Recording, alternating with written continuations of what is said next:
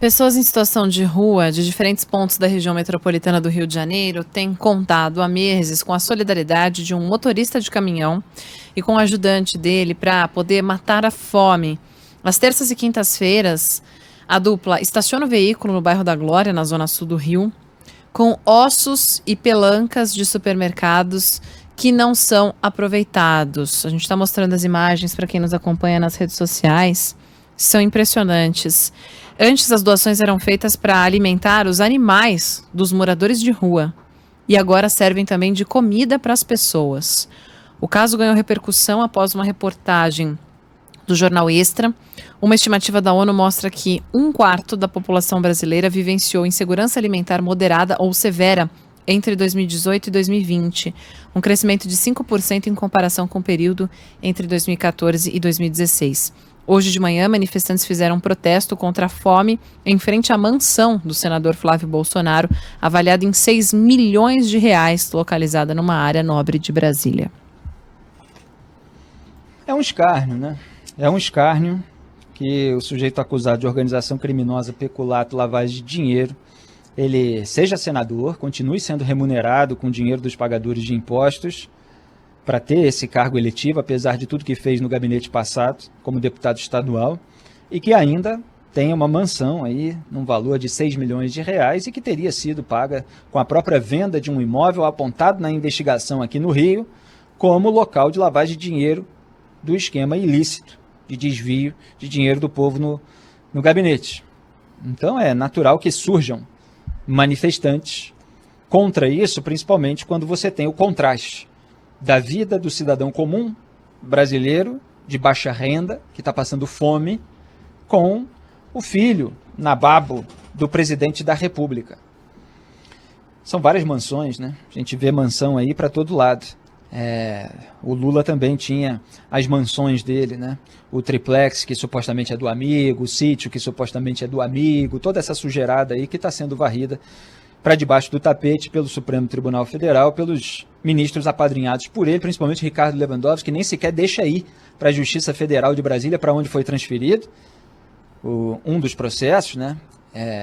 Naquele esquema criado pela mais alta corte do país, justamente para jogar o processo de cá para lá, até prescrever, até os políticos se livrarem disso, né? O Lewandowski ele já tenta ali matar na raiz, como eu mostrei aqui. Então esses são os problemas reais do país. O cidadão pobre de baixa renda que está passando fome e que está ali encostando num caminhão que coleta os ossos, pelancas de restos de supermercados da cidade. Essa é a realidade que deveria ser objeto do debate político todos os dias. E não é por nossa culpa, é por culpa dos políticos que aí estão, que em vez de cuidar dessa população, com o dinheiro que nós pagamos de impostos, estão aí tentando salvar a própria pele em razão dos desvios que eles cometeram. A gente está vendo aí ser aprovada a lei da improbidade administrativa, uma alteração, na verdade, da lei, que transformou em lei da impunidade. Agora precisa comprovar o dolo, você precisa comprovar a intenção do cara em roubar. Não basta você descobrir o crime, descobrir o roubo. Você precisa ter ali o documento dizendo assim, eu tenho a intenção de roubar, eu estou roubando, eu roubei. É isso. E, obviamente, isso é muito mais difícil de achar. E aí você tem uma dificuldade maior do sujeito perder a função pública e, obviamente, um estímulo maior para que ele roube. Porque é mais difícil ele ser pego. É com isso que eles estão preocupados. Então, aqui no Rio de Janeiro, cuja realidade é retratada diariamente no jornal Band News Rio, primeira edição, do qual eu participo segunda a sexta, de 11 a meio-dia, essa é a realidade. E aliás, como eu estava falando de manhã, o Paulo Guedes, ministro da Economia, ele disse recentemente que a população de baixa renda poderia ser com os restos dos restaurantes destinados à classe média, né, que as sobras poderiam ser destinadas a mendigos e pessoas fragilizadas, de maneira a encadear o que ele chamou de excessos cometidos pela classe média a políticas sociais. Olha só a declaração dele, vou lembrar aqui, abro aspas, o prato de um membro de classe média europeu, que já enfrentou 2 guerras mundiais, são relativamente pequenos, e os nossos aqui, nós fazemos almoços onde às vezes há uma sobra enorme, isso vai até o final, que é a refeição da classe média alta, até lá há excessos. E como utilizar esses excessos que estão em restaurantes, esse encadeamento com as políticas sociais, isso tem que ser feito. Toda aquela alimentação que não for utilizada durante aquele dia no restaurante, aquilo dá para alimentar pessoas fragilizadas, mendigos, desamparados. É muito melhor do que deixar estragar essa comida toda. Fecho aspas. Ele foi muito criticado pela maneira sempre inapropriada com a qual ele se expressa, que não demonstra muita empatia, né? Então, imediatamente, as postagens contra a declaração do ministro foi de que, no governo Bolsonaro, para o ministro Paulo Guedes e tal, o pobre tem que se alimentar do resto e tal. E é isso que a gente está vendo na realidade. É o pobre se alimentando do resto. Mas cadê a política de médio e longo prazo pública para resolver essa situação, para solucionar essa situação? E não estou dizendo que tudo tem que depender do governo. As pessoas que na iniciativa privada conseguem ajudar a população faminta e necessitada, elas fazem ações beneméritas, elas fazem um gesto de solidariedade que se torna tanto mais raro num país qualquer, quanto maior a carga tributária, muitas vezes, desse país. É claro que não é o único fator. Você tem a própria presença do cristianismo, da pregação da caridade, como um fator que pode turbinar gestos de solidariedade.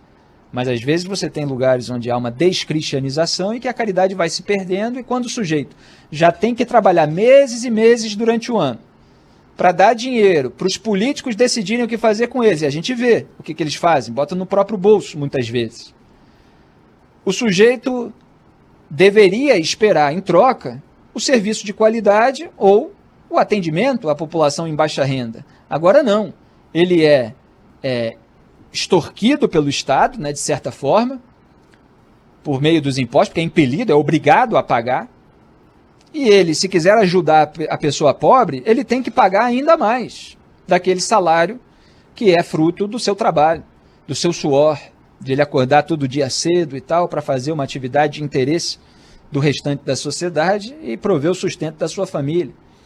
Então é difícil também, num país como esse, com tanta burocracia, com tanta carga tributária, para as pessoas ajudarem. Aquelas que conseguem fazer isso, distribuindo pratos de comida, alimento, ou dando dinheiro, contribuindo para organizações que ajudam, elas estão de parabéns, às vezes são atos heróicos. Porque esperar do Estado está muito difícil. E isso não é exclusividade desse governo. Então você tem aí um movimento que está lá protestando na porta da mansão do Flávio Bolsonaro, mas que não protestava nas portas das mansões da família Lula, porque é um movimento mais ligado à esquerda. Então, assim, o protesto, ele tem uma razão de ser. O contraste é um contraste cristalino, estarrecedor. Mas é preciso ter coerência e exigir de todos os políticos, de todos os governos, que tomem as devidas atitudes, as devidas providências, para que isso acabe no Brasil. E para isso, precisa reduzir o tamanho do Estado em determinadas áreas, não são todas, é óbvio, você tem as áreas que vão atender a essa demanda, só que tem outras que acabam prejudicando isso tudo. Você precisa ter ali uma preocupação muito maior com aquele imediatismo eleitoral, que é só a preocupação dos nossos políticos atualmente. Então são políticas públicas de combate à fome, à miséria, e lamentavelmente não é isso que a gente vê no debate político. Eu estou até passando mais rápido hoje sobre as outras pautas para mostrar o Brasil real. O Brasil real é esse. E a gente tem que falar aqui todo dia da roubalheira, da articulação de bastidor para deixar bandido impune, corrupto, lavador de dinheiro, ladrão, para qual muita gente passa pano no Brasil. Porque é disso que eles tratam diariamente. Não é do sujeito pobre que está comendo osso e pelanca de resto de supermercado quando um caminhão chega lá perto do bairro onde ele mora, geralmente na rua.